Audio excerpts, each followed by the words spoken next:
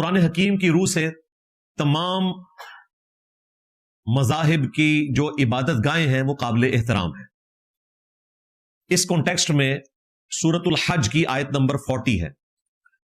اعوذ باللہ من الشیطان الرجیم بسم اللہ الرحمن الرحیم وَلَوْلَا دَفْعُ اللَّهِ النَّاسَ بَعْضَهُمْ بِبَعْضٍ.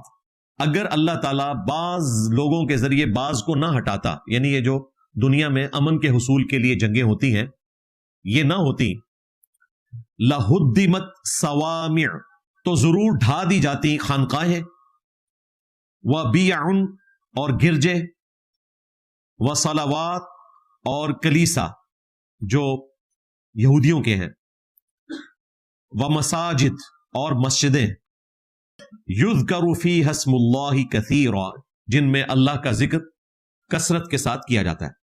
تمام جو عبادت گاہیں ہیں وہ اللہ کے ذکر کے لیے اپنے اپنے زمانے میں، جب تک انہوں نے پیغمبروں کا انکار نہیں کیا تھا اس وقت تک تو ظاہر ہے کہ وہ اللہ کی یاد کے لیے تھیں اور توحید پہ مبنی وہ عبادت گاہیں تھیں. یہودی اس وقت گمراہ ہوئے جب انہوں نے جیزس کرائسٹ عیسیٰ ابن مریم کا انکار کیا. کرسچنز اس وقت گمراہ ہوئے جب انہوں نے محمد رسول اللہ کا انکار کیا صلی اللہ علیہ وآلہ وسلم. تو اللہ تعالیٰ فرما رہے ہیں یہ تمام جو خانقاہیں ہیں، گرجے ہیں، کلیسا ہیں، مسجدیں ہیں، یہ اللہ کے لیے بنائی گئی ہیں، ان کی رسپیکٹ ہونی چاہیے.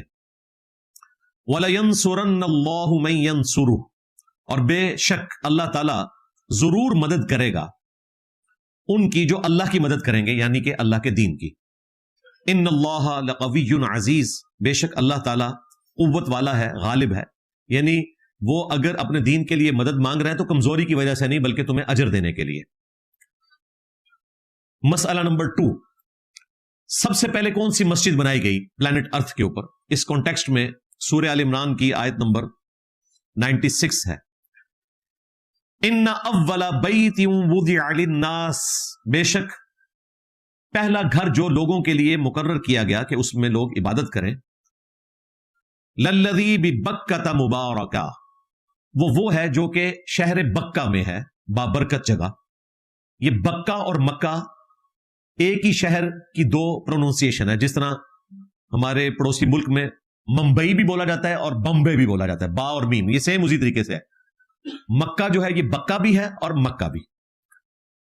وَہُدًى لِّلْعَالَمِينَ، اور یہ سارے جہان والوں کے لیے ہدایت ہے، ان کے لیے رہنمائی ہے جو مکے کے اندر اللہ تعالیٰ کا گھر موجود ہے. فیہ آیات بینات، اس میں ہے اللہ تعالیٰ کی کھلی نشانیاں. مقام ابراہیم، جو مقام ابراہیم ایک بڑی نشانی ہے. ومن دخلہ کان آمنا، اور جو کوئی بھی اس میں داخل ہوا امن پا گیا. وللہ علی الناس، اور اللہ تعالیٰ کا حق ہے لوگوں پر، حج البیت، کہ وہ اس گھر کا حج کرے. من استطاع الیہ سبیلا، جو بھی استطاعت رکھتا ہے اس گھر تک سفر کرنے کی، تو اللہ کا یہ حق ہے بندوں پر کہ وہ حج کریں گے، یعنی حج کی فرضیت بھی آ گئی. ومن کفر، اور جو کفر کی روش اختیار کرے گا، ناشکری کی، فإن اللہ غنی عن العالمین، تو بے شک اللہ تعالیٰ بے پرواہ ہے تمام جہان والوں سے. اللہ کو کوئی پرواہ نہیں اگر کوئی حج کے لیے نہیں جاتا. اسی کانٹیکسٹ میں ایک حدیث ہے، اس کی صحت میں کلام ہے لیکن فٹ ان بیٹھتی ہے. سنن نبی داؤد میں نبی صلی اللہ علیہ وآلہ وسلم نے فرمایا جو شخص استطاعت کے باوجود حج نہ کرے، میری طرف سے خواہ وہ نصرانی ہو کر مر جائے یا یہودی ہو کر، مجھے اس کی کوئی پرواہ نہیں ہے. یعنی اللہ کے نبی علیہ السلام کہہ رہے ہیں کہ کوئی نصرانی ہو کر مرتا ہے، یہودی ہو کر مرتا ہے، یہ اس کے ایکویلنٹ ہے کہ کوئی شخص استطاعت کے باوجود حج نہیں کرتا. اور دیکھیں اس میں بھی اشارہ تھا کہ اللہ تعالیٰ بے پرواہ ہے اگر کوئی حج کے لیے نہیں آتا. اسی کانٹیکسٹ میں ایک حدیث ہے صحیح بخاری اور صحیح مسلم میں. ابو ذر غفاری رضی اللہ تعالیٰ عنہ نے پوچھا یا رسول اللہ صلی اللہ علیہ وآلہ وسلم، اس دنیا میں سب سے پہلے کون سی مسجد بنائی گئی؟ تو آپ نے فرمایا بیت الحرام، کعبہ شریف جو مکہ میں ہے. پوچھا اس کے بعد، تو فرمایا کہ مسجد ایلیا، مسجد اقصی یروشلم میں. پھر انہوں نے پوچھا کہ ان دونوں کے درمیان کتنا فرق ہے؟ تو آپ نے فرمایا کہ 40 سال کے فرق سے یہ دو مساجد بنائی گئی.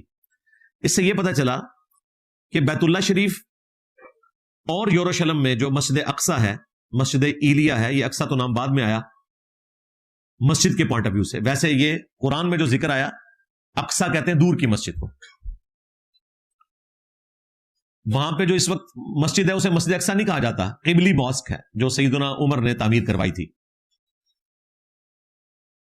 وہ پورے کا پورا پہاڑ جو ہے وہ حرم ہے، اسے آپ ایلیا کہہ لیں، یروشلم کہہ لیں یا مسجد اقصی کہہ لیں. تو نبی الاسلام نے فرمایا ان دونوں کے درمیان 40 سال کا فرق ہے. اس سے یہ پتا چلا کہ یہ انبیاء کرام علیہ السلام کی نسبت کے ساتھ جو ان کے ماننے والے انسانیت کو ڈیوائیڈ کرتے ہیں، تو یہ ان تمام ڈویژن سے پہلے کی مساجد بنی ہوئی ہیں. یعنی بیت اللہ والی مسجد بھی اور یروشلم کو حرم ڈکلیئر کرنا یہ حضرت ابراہیم علیہ السلام سے بھی پہلے کا ہے، یعنی کہ آدم علیہ السلام کے زمانے کا. قرآن میں جو ذکر ہے کہ ہم نے ابراہیم علیہ السلام کو بنیادیں بتا دی تھی، تو وہ بنیادیں یہ بتائی تھی کہ جہاں پر حضرت آدم علیہ السلام نے پہلی دفعہ اس کو تعمیر کیا تھا. حضرت ابراہیم علیہ السلام نے کعبہ شریف نہیں بنایا، انہوں نے دوبارہ سے اسے تعمیر کیا ہے، یہ پہلے سے ہے. پھر اسی حدیث کے اینڈ پہ آتا ہے، نبی علیہ السلام نے فرمایا کہ اب پوری زمین مسجد ہے، جہاں نماز کا وقت ہو تو تم نماز ادا کر سکتے ہو، یعنی اس امت کے لیے. وہ الگ سے بھی حدیث ہے بخاری اور مسلم میں کہ اللہ تعالیٰ نے مجھے 5 خوبیاں ایسی دی ہیں جو مجھ سے پہلے کسی پیغمبر کو نہیں دی. ان میں سے پہلی خوبی یہ ہے کہ پوری زمین میرے لیے مسجد بنا دی گئی. دوسری خوبی 1 مہینے کی مسافت سے میرا روب ڈال دیا میرے دشمنوں کے اوپر. تیسرا مال غنیمت جو اگلی امتوں کے لیے حلال نہیں تھا میری امت کے لیے حلال کر دیا گیا، یعنی کافروں کا جنگ کی حالت میں چھوڑا ہوا سامان. چوتھی چیز اللہ تعالیٰ نے مجھے ساری انسانیت کے لیے پیغمبر بنا کر بھیجا. اور 5ویں چیز اللہ تعالیٰ نے میرے لیے شفاعت کا حق رکھا، قیامت والے دن شفاعت کا دروازہ میرے ہاتھوں پر کھلے گا. اور مسلم شریف میں ایک چھٹی چیز بھی آئی ہے کہ اللہ تعالیٰ نے مجھ پہ سلسلہ نبوت بھی ختم کیا. اس کے علاوہ بھی اور کئی ایک خوبیاں آئی ہیں، جوامع کلمات کے ساتھ بھیجا گیا. بخاری مسلم میں اور احادیث بھی موجود ہیں، یہ مشہور حدیث ہے جو میں نے کور کر دی. لہٰذا اس سے یہ پتہ چل گیا کہ مسلمانوں کا قبلہ اول بھی بیت اللہ شریف ہے اور قبلہ آخر بھی بیت اللہ شریف ہے. مسجد اقصی یا ایلیا یا یروشلم یہ ہمارا قبلہ اوسط ہے، درمیان میں قبلہ ہے. کچھ عرصے کے لیے جو بخاری میں آتا ہے کہ 17 مہینے کے لیے نبی علیہ السلام نے اس کی طرف رخ کر کے نماز پڑھی تھی جب آپ مدینہ شریف کے، ورنہ ابراہیمی قبلہ خانہ کعبہ شریف ہی ہے. لہٰذا اسے جو ہم قبلہ اول کہتے ہیں یہ غلط العام ہے. مسجد اقصی قبلہ اول نہیں ہے، قبلہ اوسط ہے، درمیانی پیریڈ کا. قبلہ اول بھی کعبہ شریف ہے اور قبلہ آخر بھی قیامت تک کے لیے کعبہ شریف ہے. یہ کلیریفیکیشن میں نے دے دی. مسئلہ نمبر 3، تمام مساجد جو ہیں وہ قبلہ رخ بنائی جائیں گی. اس کانٹیکسٹ میں سورۃ البقرہ کی آیت نمبر 144 ہے، لمبی آیت ہے، میں کچھ حصہ اس کا کور کروں گا. نبی الاسلام کی خواہش تھی کہ دوبارہ سے قبلہ وہ بنا دیا جائے. اس کانٹیکسٹ میں یہ آیات نازل ہوئی کہ اے محبوب صلی اللہ علیہ وآلہ وسلم، ہم آپ کا چہرہ اقدس بار بار آسمان کی طرف اٹھایا جانا وحی کے انتظار میں وہ دیکھ رہے ہیں. عنقریب ہم آپ کو اسی قبلے کی طرف پھیر دیں گے جو آپ کی خواہش ہے. اور پھر حکم ہوا کہ آپ قبلہ رخ ہو جائیں، یعنی دوبارہ سے بیت اللہ شریف کی طرف.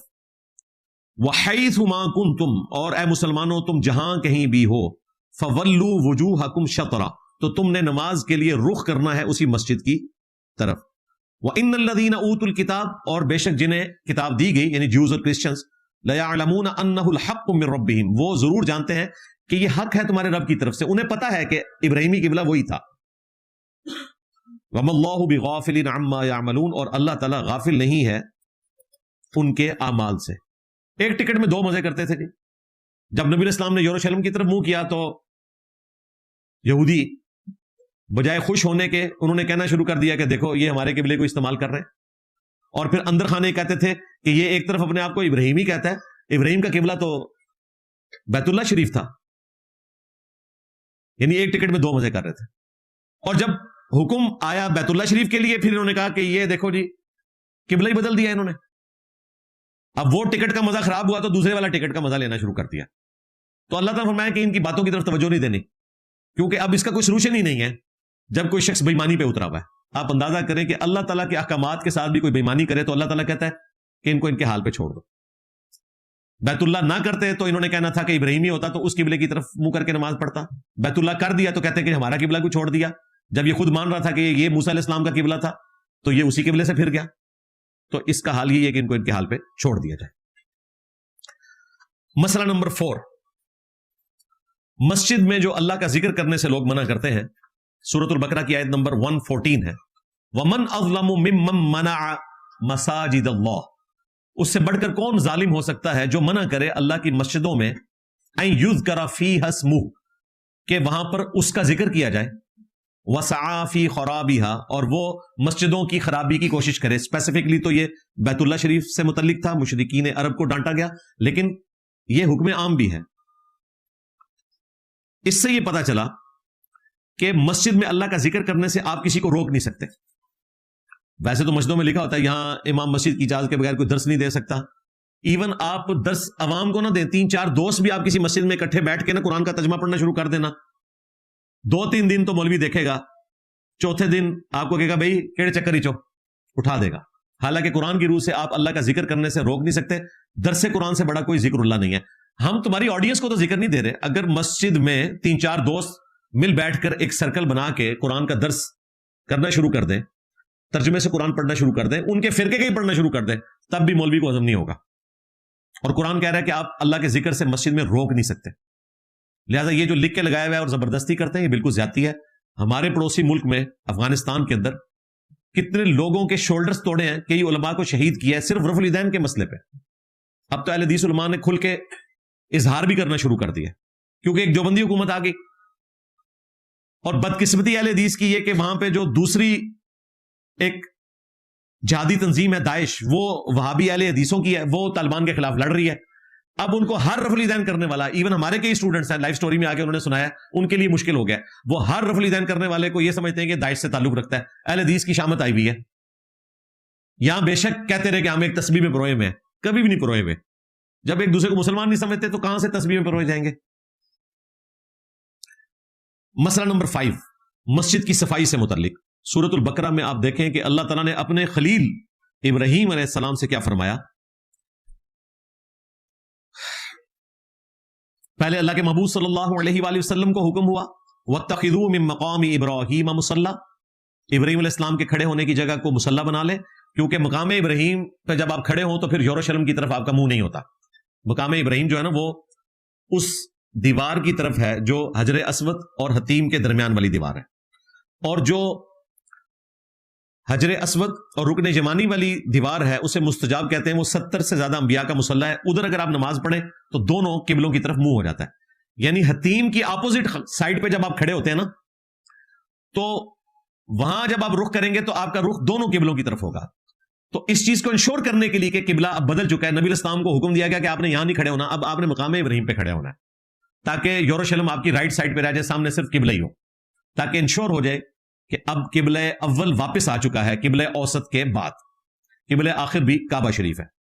تو اس کا حکم آیا، اور ساتھ ہی اللہ تعالیٰ نے ذکر کیا وَأَعْهِدْنَا إِلَىٰ إِبْرَاهِيمَ، اور ہم نے ابراہیم علیہ السلام سے عہد لیا تھا، ان کو تاکید کی تھی، وَإِسْمَاعِيل، اور ان کے بیٹے اسماعیل کو، أَن طَهِّرَ بَيْتِيَ لِلطَّائِفِينَ، کہ تم دونوں نے پاک رکھنا ہے، صفائی کرنی ہے میرے گھر کی طواف کرنے والوں کے لیے، والعاکفین، اور اعتکاف کرنے والوں کے لیے، والرکع السجود، اور رکوع اور سجدے کرنے والوں کے لیے۔ مسجد کی صفائی کا حکم کسے ہو رہا ہے؟ ابراہیم علیہ السلام کو اور اسماعیل علیہ السلام کو، لہذا مسجد کی صفائی کرنا یہ کوئی ناقص کام نہیں ہے، یہ اللہ کے پیغمبروں کی سنت ہے، اور وہ صرف سنت نہیں ہے، اللہ تعالیٰ نے ان کی ڈیوٹی مقرر کی ہے کہ آپ نے یہ کرنا ہے۔ اس لیے آپ دیکھیں بخاری مسلم میں حدیث ہے، ایک عورت مسجد نبوی کی صفائی کیا کرتی تھی، چند دن کے بعد نبی علیہ السلام نے آبزرو کیا کہ وہ مسجد میں نہیں آ رہی، تو آپ نے پوچھا وہ عورت کہاں گئی، تو بتایا گیا کہ وہ حبشی عورت تھی، یہ نہ سمجھیے گا کہ اونچے خاندان سے تھی، حبشی عورت۔ تو بتایا گیا کہ وہ تو فوت ہو گئی اور ہم نے اس کو دفنا دیا۔ نبی علیہ السلام نے کہا کہ تم نے مجھے کیوں نہیں بتایا؟ صحابہ نے کہا رات کا وقت تھا، آپ کو انفارم کرنا ہم نے ضروری نہیں سمجھا۔ اور اصل بات یہ تھی کہ صحابہ کرام نے یہ سوچا ہوگا کہ یہ غریب عورت ہے، اس کے لیے ہم اللہ کے نبی کو تکلیف کیوں دیں، اور اللہ کے نبی کے لیے وہ سب سے زیادہ اہم تھی عورت۔ آپ نے فرمایا کہ مجھے اس کی قبر دکھاؤ، قبر پر گئے، وہاں جا کر اس کا نماز جنازہ پڑھا، اور آپ صلی اللہ علیہ وآلہ وسلم نے فرمایا کہ یہ قبریں اندھیروں میں ڈوبی ہوئی تھی، اللہ نے میرے جنازہ پڑھنے کی برکت سے ان کو نور سے بھر دیا۔ تو آپ صلی اللہ علیہ وآلہ وسلم کے نزدیک یہ کتنی اہمیت کی حامل تھی چیز کہ جو مسجد نبوی کی صفائی کرنے والی ایک نامعلوم حبشی عورت وہ بھی اتنی اہم ہے کہ آپ صلی اللہ علیہ وآلہ وسلم اس کا جنازہ پڑھنے کے لیے اس کی قبر پہ چلے گئے، حالانکہ کوئی ضرورت نہیں تھی، جنازہ تو ہو چکا تھا، لیکن آپ نے پروٹوکول دیا، امت کو ایک میسج دیا. الحمدللہ. مسئلہ نمبر 6 وہ مسجد درار سے متعلق ہے جو سورہ التوبہ میں آیا. منافقین نے ایک مسجد بنائی تھی کیونکہ منافقین کو یہ یقین تھا کہ رومن امپائر سے ٹکرانے کے بعد نہ رسول اللہ واپس آئیں گے، نعوذ باللہ، صلی اللہ علیہ وآلہ وسلم، نہ آپ کے جانثار اصحاب، تو ہم پیچھے سے اس بنے بنائے سسٹم کے اوپر قبضہ کر لیں گے، اور اگر آ گئے تو ہم مسجد کا افتتاح کروا لیں گے آپ علیہ السلام سے. اللہ تعالیٰ نے وحی کے ذریعے آپ علیہ السلام کو بتا دیا کہ یہ مسجد مسلمانوں کے نقصان کے لیے بنائی گئی ہے. نام ہی اس کا پڑ گیا مسجد درار، اردو میں ہم زرار کہتے ہیں. یہ زرار لفظ نہیں ہے، زرار اردو میں اور عربی میں درار، ضاد کے نیچے زیر، یعنی جو ضرر کے لیے، نقصان پہنچانے کے لیے مسجد بنائی گئی. اور نبی علیہ السلام کو اللہ تعالیٰ نے حکم دیا کہ آپ نے اس مسجد میں داخل بھی نہیں ہونا. افتتاح تو دور کی بات ہے، یہ مسجد مسلمانوں کے نقصان کے لیے بنائی گئی ہے. اور پھر اس مسجد کو توڑوا دیا گیا، اور وہ قیامت تک کے لیے ان لوگوں کے لیے بھی دلیل بن گئی جو دوسرے فرقوں کی مسجدوں کو اچھا نہیں سمجھتے، تو وہ ٹرم ان کے لیے مسجد درار استعمال کرتے ہیں. انڈیا میں جب تبلیغی جماعت کے 2 ٹکڑے ہوئے تو ایک پارٹی نے اپنی الگ مسجد بنائی، تو انہوں نے اس مسجد کو مسجد درار کہنا شروع کر دیا، جو دوسری جماعت کے لوگ تھے. فرقہ بھی ایک دیوبندی، صرف تبلیغی جماعت کے 2 ٹکڑے ہونے کے اوپر منافقین کی مسجد کے ساتھ تشبیہ دے دی. اور ہمارے جو اعلیٰ حضرت ہیں انہوں نے تو ملفوظات اعلیٰ حضرت میں ان کے بیٹے نے خود نقل کیا ہے. ان سے جب پوچھا گیا کہ کیا وہابی جو دیوبندی اور اہل حدیث ہیں ان کے پیچھے نماز درست ہے، انہوں نے کہا کہ ان کی نہ نماز ہے نہ جماعت ہے، یعنی ان کی تو اپنی نہیں ہوتی ہے، تو آپ کیسے ان کے پیچھے پڑھ سکتے ہیں.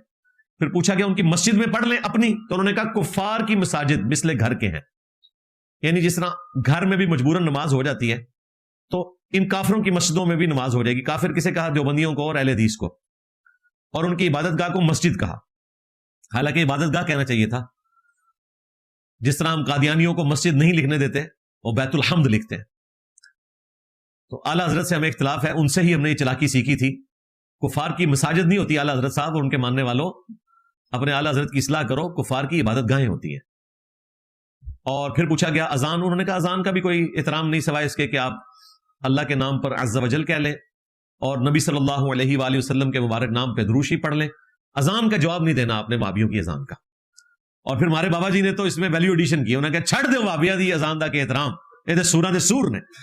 ہاں کہنا انہاں بڑے دا اخلاص منگو تو بڑے بڑے لوگ ہم گداواں نو خیر پا ہی دیں گے. چلو جی چلیے، اور بھابیاں دی اذان اے تے کڑا دے اے تے سور دے سور ہیں. چلو چلیے.